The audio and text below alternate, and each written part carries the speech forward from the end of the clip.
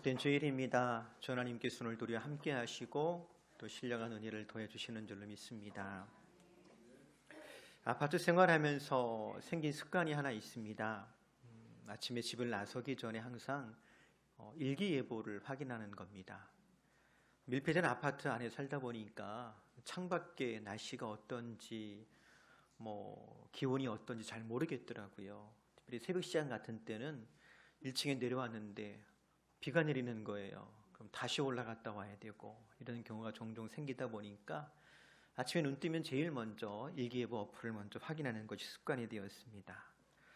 물론 일기예보가 항상 맞는 건 아니지요. 기상청에서 슈퍼컴퓨터를 돌려도 일기예보가 맞을 확률이 40% 남짓한다고 그래요. 물론 24시간 내에 비가 온다 안 온다 정도는 한 80% 이상 맞추긴 한다고 그러는데 그 정도는 신경통 앓는 분들도 다 예측할 만하지요. 일기예보는 말 그대로 추측성 예보일 뿐입니다. 반드시 이루어지는 약속은 아닙니다. 그런데도 많은 경우 우리는 일기예보가 무슨 약속인 양 믿고 신뢰하다가 틀리면 틀린다고 불평할 때도 있습니다. 반면에 슈퍼컴퓨터의 확률보다 더 믿을 만한 자료가 여기 있습니다. 바로 하나님 말씀인 성경입니다. 왜냐하면 성경은 확률이 아니라 약속이기 때문에 그렇습니다. 그것도 누구의 약속이겠어요? 하나님의 약속입니다. 아름다운 기상캐스터가 전하는 일기예보는 맞으면 좋고 안 맞으면 하는 수 없습니다. 하지만 성경의 약속은 반드시 이루어집니다. 그래서 오늘 우리가 읽지 않았습니다만 여호수아 23장 14절에 보면 여호수아가 이런 고백을 합니다. 보라, 나는 오늘 온 세상에 가는 길로 가려니와 너희 하나님 여호와께서 너희에게 대하여 말씀하신 모든 선한 말씀이 하나도 틀리지 아니하고 다 너희에게 응하여 그 중에 하나도 어김이 없음을 너희 모든 사람은 마음과 뜻으로 아는 바라. 하나님께서 신실하게 약속을 지키셨다는 거예요. 그리고 그 신실하신 하나님께서 지금도 변함없이 우리와 함께하여 주시는 줄로 믿습니다. 그리고 날마다 성령으로 이끄실 뿐만 아니라 우리 주님께서 올라가신 모습 그대로 다시 오신다라고 약속해 주셨기 때문에 우리는 이 땅에 소망을 두지 아니하고 영원한 하나님 나라를 소망하는 중에 믿음으로 살아갑니다. 우리가 마치 일기예보를 따라서 우산을 준비하고 혹은 옷깃을 여미는 것 이상으로 다시 오실 주님의 날을 준비하는 저와 여러분 되기를 바랍니다. 오늘 저와 여러분이 함께 읽은 여호수아 23장 1절에 보니까 이렇게 시작하지요. 여호와께서 주위의 모든 원수들로부터 이스라엘을 쉬게 하신 지 오랜 후에 여호수아가 나이 많아 늙은지라. 왜 그런 말 하잖아요. 세월 앞에 장사 없다더니 항상 전쟁이 나면 제일 먼저 앞장서 싸우던 여호수아도 세월 앞에 나이가 많아졌더랍니다. 본인도 그것을 인정합니다. 그래서 이스라엘 백성의 지도자들을 불러 모아서 마지막 말씀을 남기는 거예요. 23장은 그래서 여호수아의 유언과도 같은 말씀입니다. 저와 여러분 여호수아서를 통해서 여호수아가 어떤 인생을 살았는지 잘 알고 있습니다. 생각해 봅니다. 그의 인생을 한마디로 요약한다면 어떻게 표현할 수 있을까? 전 이렇게 한번 표현해 봅니다. 하나님을 경외하는 삶을 살았다. 같이 한번 해볼까요? 하나님을 경외하는 삶. 오늘 저와 여러분이 읽은 본문에 보면 여호수아가 그렇게 하나님을 경외함으로 살아갔고 또 그 삶을 후배들에게 전하면서 11절에 이렇게 전합니다. 그러므로 스스로 조심하여 너희 하나님 여호와를 사랑하라. 이 말이 여호수아의 삶에서 묻어나오는 이스라엘 백성들을 향한 자기 고백이고 또 권면이고 충고의 말씀임을 알 수 있습니다. 왜냐? 여호수아가 그렇게 스스로 조심하여 하나님을 사랑하는 삶, 즉 여호와를 경외하는 삶을 살았기 때문입니다. 우리가 한 달여 동안 새벽기도 시간에 여호수아서 말씀 함께 읽었고요. 주일날에도 이 여호수아 본문을 통해서 함께 은혜를 나누었는데 생각해 보면 노년의 여호수아는요 딱히 비교할 만한 사람이 없었을 거예요. 왜냐하면 다 죽었거든요. 그와 함께 출생했던 사람들, 그와 함께 출애굽했던 사람들 중에 남은 자가 있더라 없더라? 없어요. 우리가 잘 알고 있는 것처럼 출애굽한 이후에 가나안 땅에 들어온 사람은 단 2명이었습니다. 누구였습니까? 갈렙과 여호수아였어요. 다른 말을 좀 편해 본다면 여호수아와 갈렙은 스스로 조심하여 하나님을 사랑했던 사람들입니다. 그랬더니 광야를 견디고 가나안에 들어와서 약속을 이루시는 신실하신 하나님을 경험했더랍니다. 반대로 다른 이들은 스스로 조심하지 못하여 결국에는 광야에서 소멸되고 말았습니다. 어떤 이는 전쟁 중에 죽고 말았습니다. 다시 말하면 여호수아는 선택과 결과에 따르는 하나님의 심판이 무엇인지 분명히 알고 있었고 경험했던 사람이었습니다. 여러분, 우리도 종종 우리 인생을 광야 생활에 비유하곤 하지요. 맞습니다. 정말로 거칠고 어려운 환경 가운데 우리가 살아갈 때 많습니다. 정말로 소진하기 딱 좋은 세상입니다.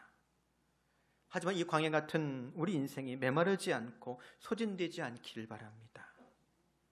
또 우리가 전쟁터 같은 인생을 살아가기도 합니다. 하지만 이 치열한 인생 중에 쓰러지거나 실패하지 않기를 바랍니다. 오히려 견디고 승리하며 하나님의 약속을 성취하는 경험이 있기를 주의 이름으로 축복합니다. 그러면서 오늘 여호수아의 인생 경험을 통해서 배우는 몇 가지 교훈을 좀 함께 나누고자 해요. 첫 번째 무엇이냐면 은혜를 아는 사람이 되라는 겁니다. 오늘 저와 여러분이 읽은 본문 3절에 보니까 여호수아가 이런 말합니다. 너희 하나님 여호와께서 너희를 위하여 이 모든 날에 행하신 일을 너희가 다 보았거니와 너희 하나님 여호와는 그는 너희를 위하여 싸우신 이시니라. 생각해보면 이스라엘의 전투가 있을 때마다 가장 앞장섰던 사람이 누굽니까? 여호수아였어요.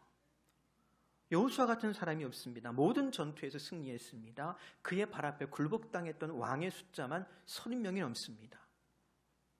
근데 그 모든 업적 앞에서 그가 어떻게 말하느냐? 같이 한번 해볼까요? 하나님이 하셨습니다. 주님의 은혜입니다. 지금 이렇게 고백하고 있는 거예요. 그는 참으로 하나님의 은혜를 아는 사람이었고 그러하기에 자만하거나 우쭐하지 않고 늘 하나님의 도움을 구할 줄 아는 사람이었더랍니다. 또 하나님의 도우심에 감사할 줄 아는 사람이었습니다. 이렇게 은혜를 아는 것, 그리고 은혜 가운데 살았기에 여호수아가 메마른 광야에서 지치지 않았고 치열한 전쟁터에서도 승리하는 삶을 살았던 것입니다. 사랑하는 성도 여러분, 우리도 은혜 가운데 살기를 바랍니다. 물론 날마다 은혜 가운데 살고 있지요. 그렇지만 어떻게 그 은혜를 더 깊이 깨달으며 날마다 감사하는 삶을 살아갈 수가 있을까요? 특별히 이스라엘 백성들의 삶을 좀 비추어 생각해 보니까요, 하나님께서는 쉼과 묵상을 통해서 혹은 묵상과 쉼을 통해서 하나님의 은혜를 깨달을 기회를 주시더라고요. 이스라엘 백성들이 요단강을 건너 가나안 땅에 들어와서 첫 번째로 맞닥뜨렸던 성읍이 여리고성이었습니다. 근데 그 여리고성을 무너뜨리기 전에 하나님께서 이스라엘 백성들에게 요구했던 것이 두 가지가 있어요. 첫째는 뭘 요구하셨느냐? 길갈에 모여 있을 때 그들에게 할례를 행하게 하십니다. 할례라고 하는 것은 몸에 칼의 흉터를 남겨서 하나님의 백성이라고 하는 증표를 갖게 하는 건데요. 쉽게 요즘식으로 좀 표현하면 포경수술하는 거예요. 근데 그 할례 때문에 어쩔 수 없이 이스라엘 군대는요, 쉼을 가질 수밖에 없었더랍니다. 또 한 가지, 하나님께서 이스라엘 백성들에게 무엇을 요구하셨느냐? 여리고성을 점령하기 전에 7일 동안 언약궤를 앞세우고 여리고성을 돌게 하십니다. 그것도 침묵 가운데. 어떤 사람은 그걸 가리켜서 땅밟기 했다고 그러는데 그거 아니에요. 땅밟기는 성경에서 나온 게 아닙니다. 하지만 생각해 보십시오. 할례를 행하고 꼼짝 못하고 쉬어야 했던 그 시간, 어떤 시간이었을까? 또 하나님의 약속의 말씀이 담겨져 있는 언약궤를 앞세우고 침묵하며 7일 동안 걸었던 그 시간은 어떤 시간이었을까? 생각해 보건대 그 시간은요, 기도하는 시간이었고요. 생각해 보건대 그 시간은 하나님 말씀을, 하나님의 약속을 묵상하는 시간이 되었을 겁니다. 당장 눈앞에 보이는 적과 싸워 이기고 승리하는 것보다 더 중요한 것은 기도하며 하나님 말씀을 묵상함으로 믿음의 확신 가운데 서는 것이었어요.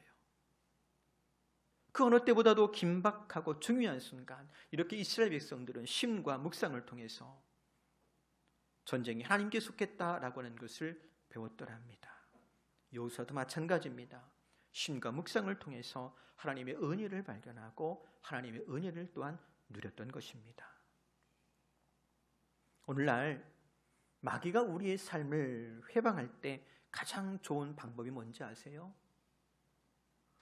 어떤 분은 그러더라고요. 그냥 마귀 역사에서 병들고 아프다고.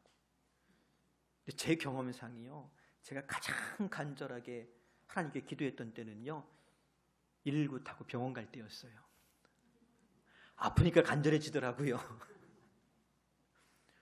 도리어 여러분, 마귀는요, 우리 마음을 분주하게 만들고 바쁘게 만듭니다. 마음의 분주함 때문에 말씀을 묵상할 여유조차 없습니다. 바쁨 때문에 주의를 온전히 지킬 수 있는 쉼도 갖지 못합니다. 그리고 결과적으로 우리는 하나님의 은혜를 발견하고 감사함으로 살아가기보다는 그 바쁨과 분주함 속에서 그냥 바둥바둥 살아가게 되는 거예요. 그렇게 자연스럽게 하나님과 멀어지더라는 거지요. 중동 사람들은 사막 한가운데 감춰져 있는 마르지 않는 샘을 가리켜서 하나님의 포도주라고 부른답니다. 즉 하나님이 주시는 선물이고 은혜라고 하는 뜻입니다. 그 사막 한가운데에 마르지 않는 샘이 있을 줄 누가 상상이나 했겠습니까마는 그 샘을 발견한 사람은 그 샘으로 말미암아 갈증을 해결하고 무사히 사막을 건널 수가 있는 거예요. 사랑하는 성도 여러분, 하나님의 은혜를 발견하는 사람은요, 마치 사막 한가운데서 마르지 않는 샘을 발견한 사람과도 같을 겁니다. 그 광야 한가운데서 혹은 그 치열한 전쟁터 속에서 쉼과 묵상을 통해서 하나님의 임재를 경험하고 하나님의 성소 가운데 들어가는 거예요. 하나님이 허락하시는 마르지 않는 샘에서 인생의 갈증을 해결하는 저와 여러분 되기를 주의 이름으로 축복합니다. 두 번째로 하나님을 경외했던 여호수아를 통해 배우는 교훈이 있습니다. 오늘 제목처럼 스스로 조심하라고 하는 거예요. 다른 말로 표현하면 인생의 원리를 아는 사람이 된다라고 표현할 텐데요, 6절에 보니까 이렇게 전하지요. 그러므로 너희는 크게 힘써 모세의 율법책에 기록된 것을 다 지켜 행하라. 그것을 떠나 우로나 좌로나 치우치지 말라. 크게 힘써 모세의 율법책에 기록된 것을 다 지켜 행하라고 합니다. 여러분, 다른 말로 좀 바꿔보면요, 신앙생활이라고 하는 것이요, 그냥 저절로 되는 것이 아니라는 거예요. 그래서 어떻게 하라고요? 힘써서 하래요. 힘써서 하래요. 또 달리 좀 표현해 볼까요? 여러분, 신앙생활 할 때 그냥 어느 날 갑자기 성령 충만해져 가지고 자동으로 갑자기 막 열심히 생기고 막 그런 마음이 들어 가지고 그냥 신앙생활 되는 것이 아니에요. 물론 간혹 내 마음 생각이 들 때가 있지요. 가끔 있어요. 제가 2부 때도 이 얘기했는데 제가 아직도 충청도에서 목회하는 것 같아. 23년 충청도에서 목회하다가 간신히 벗어났는데 여전히 충청도 같아. 그러니까 간혹 우리 마음속에 그런 생각 들 때가 있어요. 내가 이렇게 신앙생활하면 안 될 것 같아.